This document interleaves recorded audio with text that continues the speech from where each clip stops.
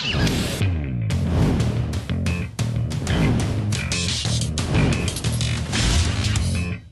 $10 million to $125 billion, the IT industry in India has morphed itself to become one that probably its founding fathers themselves didn't envisage. And so today, as we look back at the 25 years of the Indian IT industry and also look ahead at the next 25, it's only apt that some of the leaders who helped script this incredible journey join us to share their perspective on the last 25 years. We've got Mr. Ashank Desai, Mr. Harish Mehta, Mr. Narayana Murthy, Mr. Saurabh Srivastav and Mr. K.V. Ramani joining in this special show. Mr. Mehta, I have to start with you since you were the first, then the president of NASSCOM. Tell us, did you think when it all started, did you think this industry at any stage would become a $120 billion industry? Forget about 120 billion. We couldn't even say $1 billion. We were all, each one of us was a startup entrepreneur in a sense. We were all in software business and the kind of issues that were around us, it was very difficult for us to predict what the future would be. Mr. Ramani, who was the most optimistic of the 4-5 of you who founded NASSCOM? I would say that I don't think the optimism was selected to a few. It was all contagious. It was spread around everybody. Because the one common feeling is that since all of us were first generation entrepreneurs, the thing is that we felt we could compete globally and build an industry. That was the key factor. How did it all start? What was the real trigger for the 4-5 of you to get together to form NASSCOM? I would say in those days, we were all in software business, and each one of us was suffering. Indian government took a software delegation to USA. So we all came together as part of the delegation. And we realized each one of us has a similar set of problems. So how do you solve that? So there was a meeting in Washington where Nandan also was part of that group. And the only way we realized in that controlled economy environment of India at that point in time, the association is the only one government would listen to. And to give an identity to software, to get away from all the hardware associations, we said we must create our own identity where we form an association, which later on we called it NASSCOM. Mr. Srivastav, you were there in that meeting as well. Yes, who made the first move back then? Well, that is the brilliant thing about us. We don't remember who made the first move. But the thing was, we had a great time. It was snowing and raining outside. None of us could go out. So after we'd had some lubrication, we all got together and we got aspirational and we got ambitious. Lubrication leads to aspiration. And we were all there. So after some merry dancing and all the rest of it, we got down to saying, look, we have to do this. And like he said, the only person missing here is Nandan. But I think the biggest thing was just in the question you asked, who was first? This was always such a collective thing. We always thought of it together. And we all knew, none of us was anybody. We were all starting our companies. We were all startups. We all recognized that actually the only way that we could create a brand, a market for all of us was to first become friends, first come together, learn from each other. We were building a new industry. Mr. Murthy, coming to you, you weren't part of that meeting and you weren't part of the lubrication and all the activities that followed after. But more importantly, when you look back now, the fact that India in 1989 was a very different country. You've spoken about this in the past. It was tough to procure a computer, foreign exchange. The environment was fundamentally very different. Yeah. If these people had not got together that day, that night, cold, snowing night, in probably Ramani's room. Ramani has always been the most generous of all these people in hosting meetings in his room. Frankly, I don't know where this industry would have been, because as Harish pointed out, it was the collective authenticity of these people, of the association, that led us to sit down with the government, work with an extraordinary bureaucrat like N. Vittal, and get some of the challenges articulated by us and solved by them. So therefore, I would say the country must be very grateful to these founders for having founded NASSCOM. Otherwise, it would not have. In my opinion, I don't think we would have been here. Sure. Mr. Ramani, the other challenge was that all of you came from very different backgrounds, even though you were all from middle-class families, first-generation entrepreneurs. But, you know, Mr. Srivastava from the north, you were from the south, Mr. Mehta. How easy was it for all of you to get together, become friends? You know, it's not, you know, we are a diverse country, diverse interests. So how easy was it for all of you to get together, sit in that room and thrash out? Lubrication brings all kinds of people together very easily. No, the key, I think that's a very Particularly if it is free lubrication. No, the key factor was, I think you have to really identify that in that year, 1987, it was almost towards the end of 87, that this was not even an industry. Today we're calling it an industry. At that time, it was not considered an industry. Hardware, software, electronics, including electronics, were all bundled together as one industry. We are not one software industry. So the key problems that we hit when we are traveling, obviously in a conference, we're trying to promote first India as a concept. And the first questions that our clients and prospects used to ask, where is software in India? We never heard of software in India. We only heard of saints on the roads and cows in the streets of India. We never heard of software from India. So first of all, we had to project India as a country. And the second challenge was that India is a source for software. And therefore, we felt there was a need for us to get together to project that common India branding, and then software from India as a potential source, not as a low-cost arbitrage country, but intelligent, educated youth available, apprentices, skill sets available. So for that purpose, we saw common ground in all of us getting together. India must have been a tough story to sell, Mr. Desai, in 1989. I mean, people are still struggling to sell the India story today. I know. But back then it must have been very tough. You see, the whole thing was, actually we ended up selling India and not our companies. As Saurabh said, as Ramani was saying, they used to wonder with complete disbelief that we could develop a software.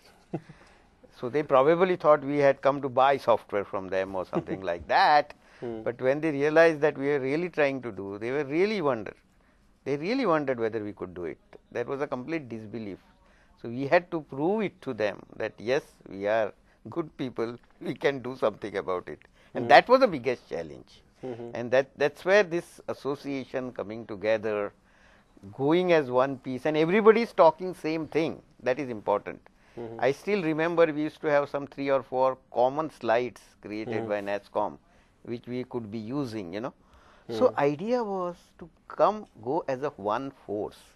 It is the unity that was brought in by NASSCOM, and we could go and project together as, yes, here are the people, whoever comes, they talk about country, they talk about their association together, and that was the really proud moment. I'll tell you an interesting story about it. The first contract which I signed in USA was in Louisville, Kentucky. And after 7-8 years, when I became very friendly with the CEO, I asked him, why did you call me to Louisville, Kentucky? What prompted you? So he said, my family doctor is one Dr. George. He is Indian. We're very happy with him. So he was the second Indian calling me. So I said, I must welcome you. I'll tell you another story. So I remember in those days, you know, none of us had any money. We started with very small sums of money. So we take a flight, go stay with a friend, borrow their car, use the yellow pages. And I was at one such cold calling, pitching to the guy. He hears me out. Then he says, look, I'm very confused. Do you want software consulting from us, or are you saying you will do something? And when I told him it's the latter, he said, you know, this is the funniest thing I've heard in a long time. Don't go away.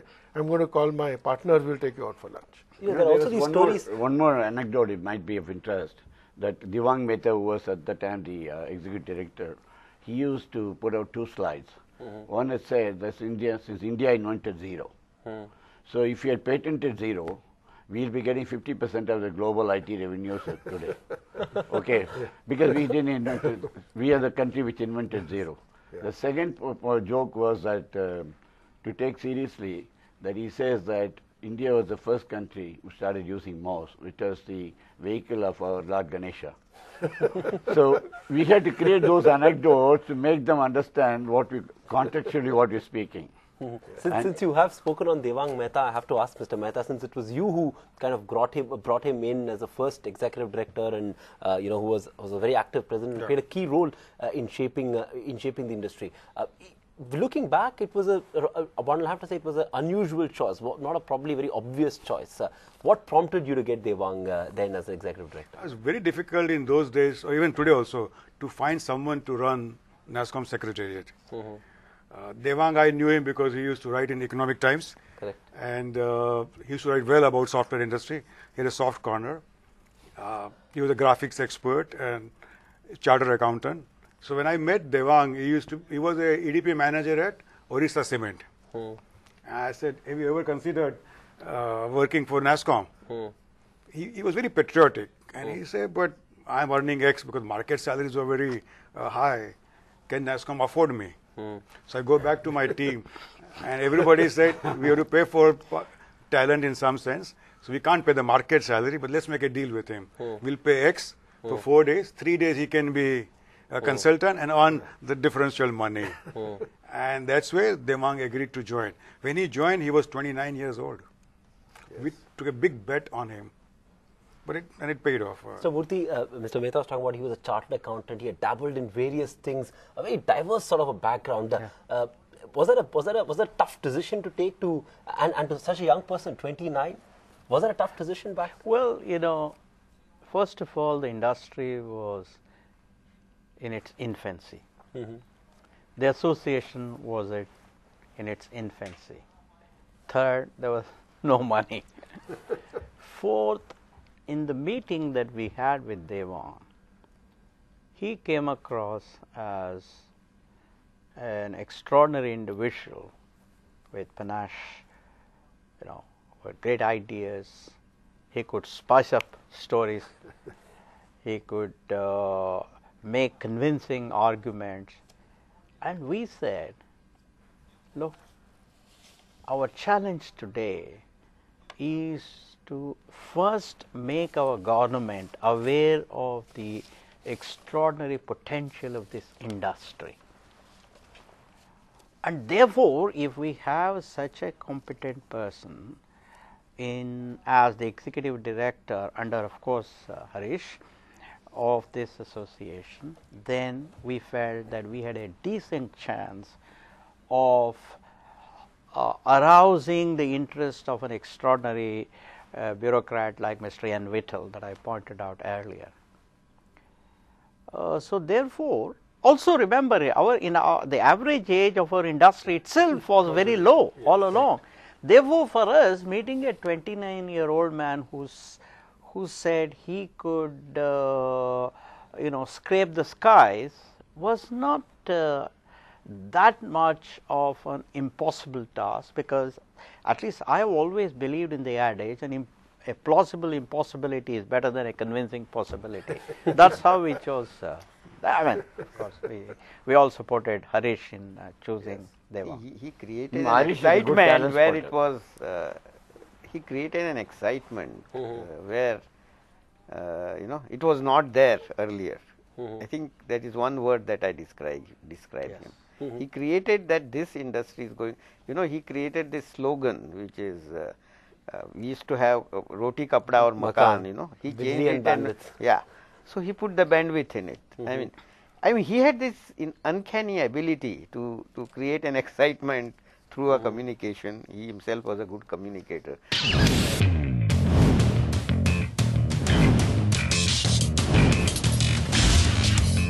Let's look at that 25-year journey, and what is a metric of success that you'd like to measure, Mr. Murthy? Would it be, the kind of economic impact the industry has had, the employment impact it has had, or the fact that, how it's been able to create this whole new middle class in India, or the fact that it's, helped, improve the perception of brand India beyond the IT industry? What's the most important metric with which one should measure? Well, success? there are several. First of all, this industry showed that educated middle class people not coming from business background could indeed succeed in building an enduring enterprise. Second, we raised the confidence of entrepreneurs in the country that if these people could do, we could do too. I think that's a very important contribution to the country. Third, we demonstrated to our clients in Western nations, developed nations, that India could produce world-class stuff at least in one area, which was software. Fourth, we demonstrated, this industry demonstrated to Indians and Westerners that this industry in India has the highest level of ethics. There were one or two violations, but other than that, it's okay. And I tell you, that is extremely important, because we demonstrated that it is possible to run a business legally and ethically. There used to be a joke in government circles about the Indian industry in particular, or bankers, I would say, more than government. They would say a traditional businessman would come in a ramshackle ambassador car when negotiating a loan, and when renegotiating it for restructuring, he would come in a Mercedes. But we demolished that. We continue to go in that ramshackle ambassador car, not for restructuring, for giving back the loan ahead of time. I think, therefore, these were some of the issues that we took up and added value to the image of India outside India as well as in India. And I would just add to it that at a time when the whole reputation of India, particularly on exports, was at the very least very dodgy, because we were known for products that didn't work, we demonstrated to people abroad and in India that Indian companies could win globally and win on quality.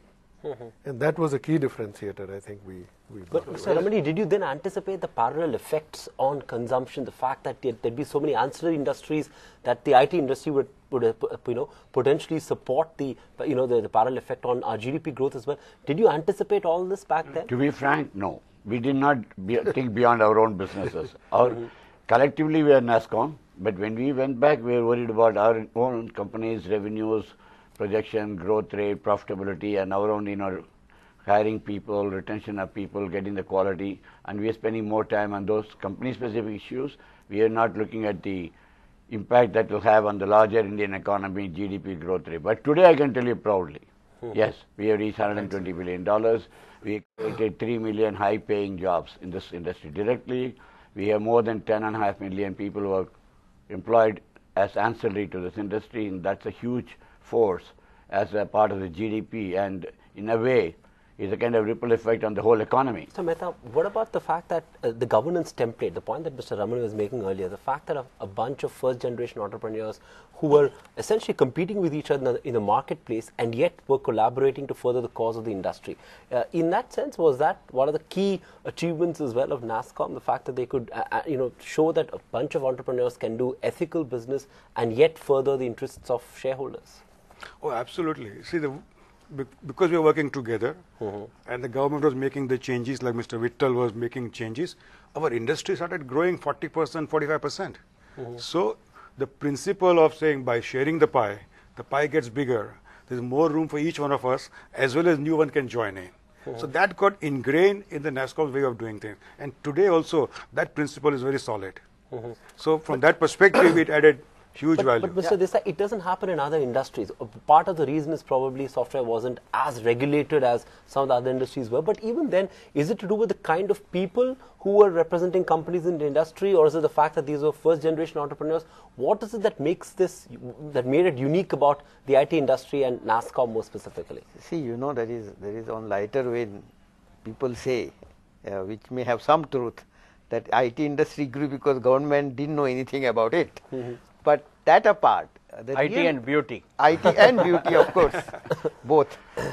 But the crux of the matter was, we were a fresh departure from whatever industry was existing at that point of time. Young guys, middle class, first generation entrepreneurs.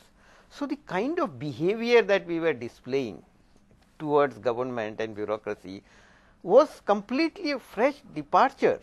And I think people like Vittal welcomed it. They liked it because they themselves were looking for some people or a group like that. You see, imagine we going and telling government make 0% duty. You see, I remember some of industry friend from outside our industry saying, you guys have no clue, you seem to be completely full. We need to protect, we need to create barriers so that we can grow and then open up. And here were the guys, you know, were asking government for 0% duty. So when we showed, and also the behavior of conscience and following the rules, at the same time asking world class things, all that created an ethos and environment around us as some people who can be trusted, who can be given something. And that was the key. So the people mattered. The point I am saying is, we as a group, we as an industry created that fresh departure. Right. You know, Mr. Murthy, for an industry that's kind of set the benchmarks when it comes to corporate governance, not just for, you know, for across corporate India, how much of a letdown was the entire Satyam episode? Did that come as a shock, so to say, completely out of the blue, and what lessons were learnt? In every population, there's always items of data which are beyond -2 sigma. So therefore, this is one of those exceptions. This is a positive occasion, this is a happy occasion. I don't want to dwell on that. All that I would say is that I hope that in the future we will not see another occasion like that. Sure. Let me just add But I to just that. wanted to add one thing. You know, in some ways, when you said the low point, I would say as an industry it was one of our highest points, and I'll tell you why. Nowhere else in the world would you have a scenario. We said, look, an individual did the wrong thing, but the people in the company didn't do anything wrong. They will lose their jobs. The industry came together and agreed as an industry that we will all give that company a chance to recover, for the government to get involved, to make the company resurrect, and that we will not poach their employees and their clients for a period of time. I cannot imagine any place in the world where all the leading companies would have come together, agreed to such a code, and actually kept it. But in that con call where we agreed that for 30 days, nobody will poach their customers or senior executives, one of the person in the con call, he said, but I am very hungry. Here is a golden opportunity for me to go and grab the market share. Why should I give up? But fortunately, I think the wisdom prevailed on him, and not to do things to disturb what was going on. And But I would like to focus more on what IT companies brought to corporate governance. Absolutely, which true. is what Mr. Murthy was Yes. referring I think to. I'd like to add You on know, this any also. analyst reports that we used to read in India, you know, they always rank various companies and so on. The IT companies Set were the always benchmark. rated very high. Sure. So, you know, I think that is more proud position to us that we initiated. Sure. That's it then on this special telecast, the first episode of the special telecast. Next week, we're going to be back again with the same panel, and we'll talk about how the technology landscape is going to change over the next couple of decades, and more importantly, how much time before we get to the $500 billion mark. Till then, keep it with ET Now for news and updates.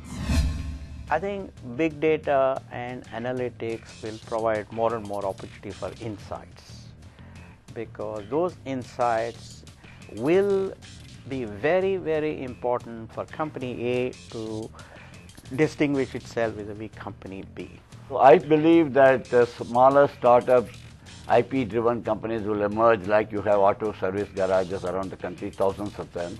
And I believe it will lead towards more products, more innovative services offered based on those products, which are based on mobile or laptop or whatever kind of devices.